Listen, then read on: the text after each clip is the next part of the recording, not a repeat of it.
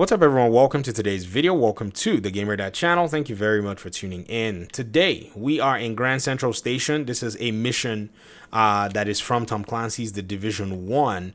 And I'm going to be doing a quick overview of this particular mission, its design, and some of its, features. Nothing in this mission is actually that unique when you compare it to the other missions, simply because this is just a mission that's done in, basically NYC.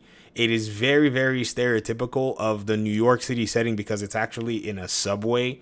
And when I say stereotypical, I mean, it's basically bread and butter. I don't mean like stereotypical in a bad way, but if you dreamed up New York, right, from what you've seen on TV and such, and you wanted to look at it in a video game context, this is probably what it is that you're going to envision. A whole subway station that's used for a very linear mission structure. However, the subway mission itself, carries with it some depth, and it's something that's actually very cool. So this is where the mission starts from. I'm going to the start of the mission outside to the open world because it does have that upstairs and downstairs and weave and upstairs. Quick burn, let's go, no wasting time. You start out here.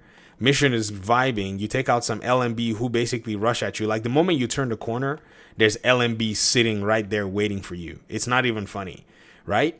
And you can see that the entire area and the entire environment is speaking a few things. Yes, this is a almost one-to-one representation. It's not a one-to-one representation. The developers did make that clear.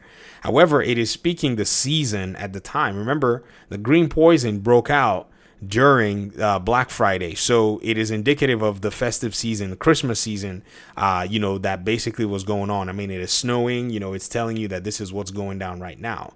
And so basically all you're just going to do is weave your way down in this mission. However, they're very quick to do some really cool stuff.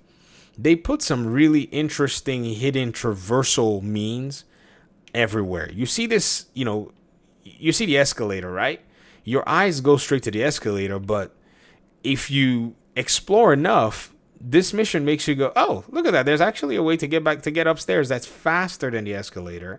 That also gives you a positional advantage, because once you get up here, the enemy NPCs, they start bothering you, in a sense, or so once you get down here, the enemy NPCs start bothering you, so you can actually use this rope to climb your way down. Sorry, I got that mixed up.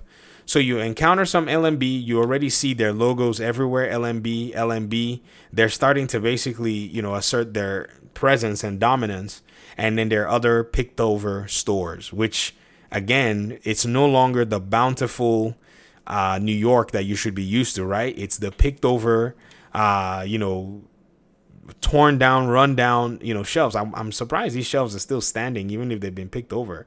It would have been nice if some of them were just basically on the floor, except maybe they're bolted to the ground, and then there's no way anybody can just, with human strength, push those down. Maybe that's what it is. They're bolted to the ground. Yes, the developers bolted them to the ground.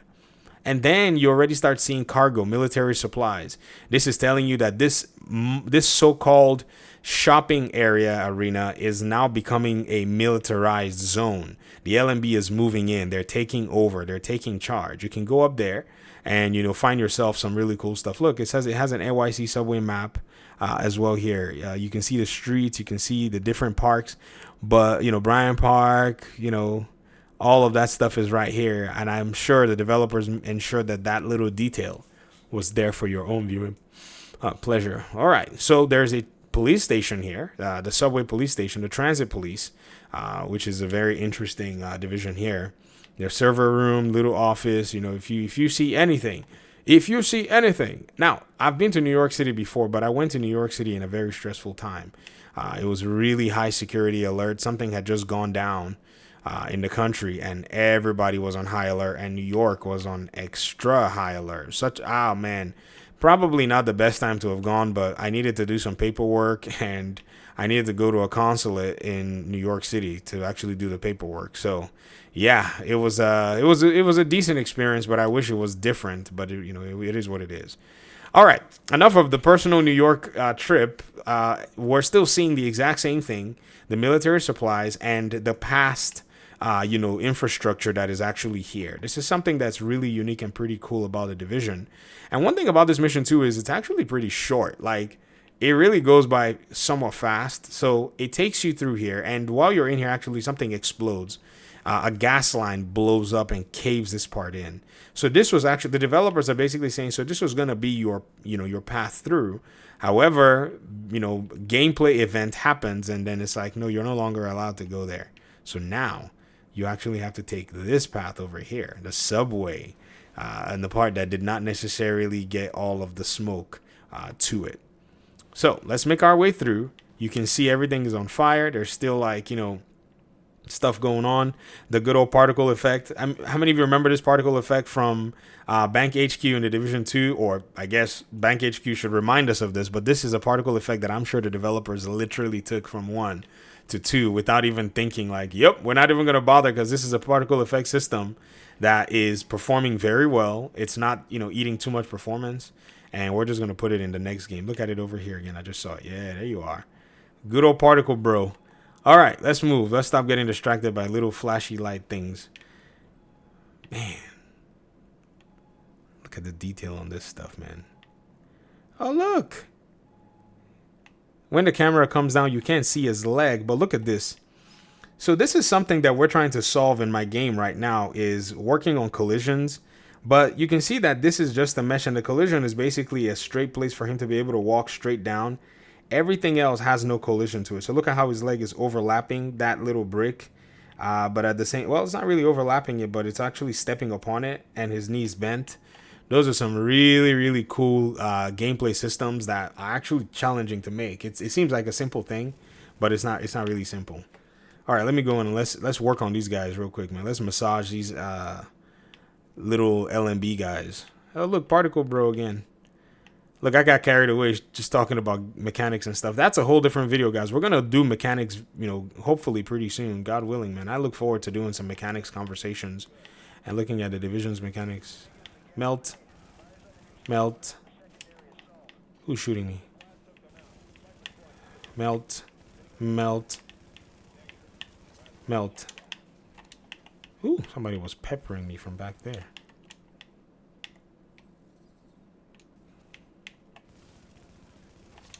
Melt. Melt. How about D? Give him 10 shots. Melt. There we go. Predator's Mark is good. You just got to put the bullets in the target. That's all you got to do. I love this control room, guys. This control room rocks. Like, this control room is if there's a real, setup for something like this, I'm telling you, man, these devs, they nailed it down. Like, this is nailed down, asset design and placement and positioning. It's just so cool. Now, I played this, I'm playing this on story mode, right? So it was just basically a quick encounter. But when you come in here and you play on a harder difficulty and the enemy NPCs are spawning, warning, there are multiple waves as the mission gets challenging. It really makes for some really cool gunplay and gun combat because there's cover everywhere. You can position yourself in different spots. And I just got to say, man, it's probably, I think this is why they implemented this at, what's the name of that mission in the Division 2? Where you go into that broadcasting station, and in that broadcasting station, you basically have this one place where there's like a big, huge open floor area, and you kind of have a fight that's somewhat like this. I think that same principle is actually, it's also implemented here as well. You see it a lot of the Division 1, shows up in the Division 2, and it's actually pretty cool. So now we're going back upstairs. We've done the descent. Now we're doing the ascent. It's just straight Division stuff, right? You can come out through the street level through here if you want.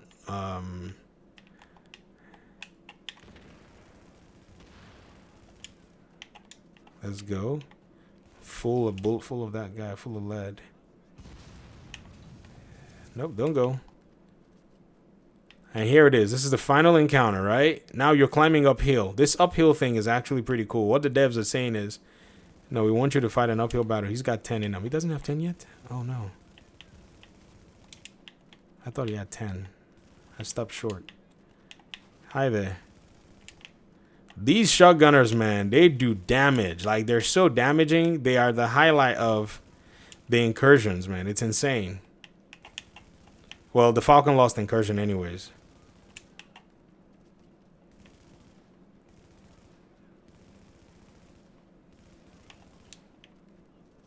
Let me put 10 in you.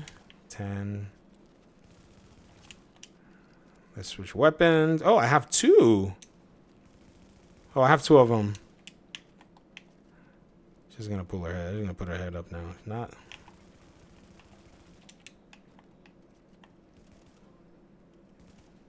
Can you bleed? Do you bleed? Okay, you do bleed. Oof. Bam, bam, bam. Let me change weapons. I would like to have a second weapon. This is the one with predatory. Let's get another weapon here. The bullfrog. I'm missing a mod. What mod am I missing? A scope.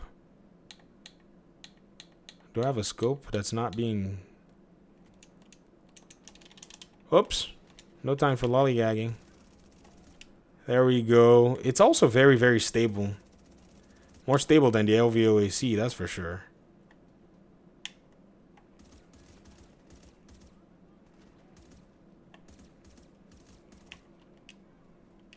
You cannot run from cover to cover and reload. I mean, I guess you can push the button, but you reload when you hit cover, I guess.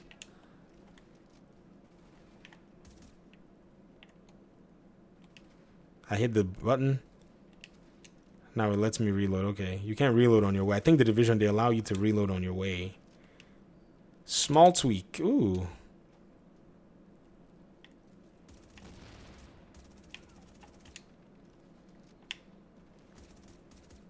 He's trying to dodge. Look at that. He's running. He's running. Oh, man. He's breaking line of sight. Shooter games, to me, are kind of... They're very impressive. I mean, just the way, you know, everything has got to be programmed very well. I forgot that we had grenade launchers in Division 1, man. Man, I haven't played in so long. Alright, let's go. Come on. Put your head up, man. You're gonna take 10. Hadn't hit it with 10 yet?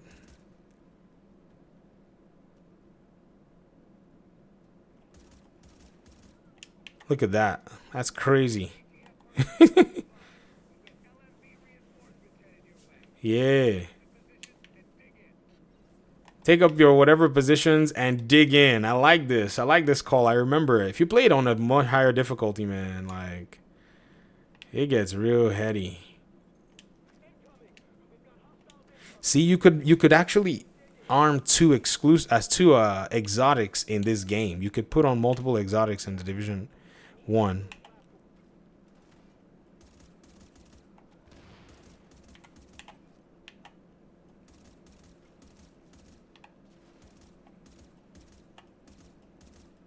Look at this. I'm missing my shots. Take all of that. 1, 2, 3, 4, 5, 6, 7, 8, 9. Oh, I got 10 in there. Okay. 10 is it. Good. Look at this sniper. Look at she. Look at her. Look, I can't hit anything for a lick. I just need to hit her with 10 shots. And she should bleed out. How many shots do I have on her? My Predator's mark isn't counting. It says 10. Okay. That was 9. That was a lot of bullets to get 10 shots in there, though. Sheesh.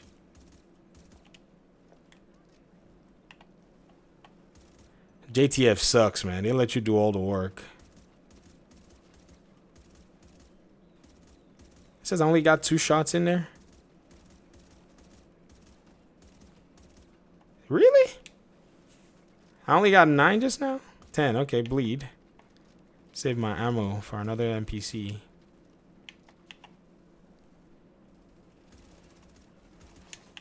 How much did they bleed? Not much. Let's go again. I don't have a scope, so my crits are trash.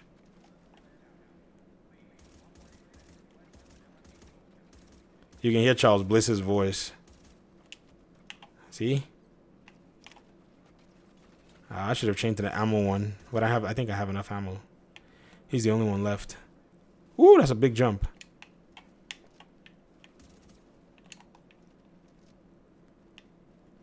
All right, let's go melt this fool. I thought he was gonna start shooting once he saw me.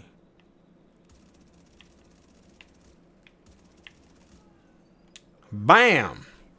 Oh, volume warning. Look at that. Look at the AI, the friendly AI gyrating and hailing. Like, yeah, we did it.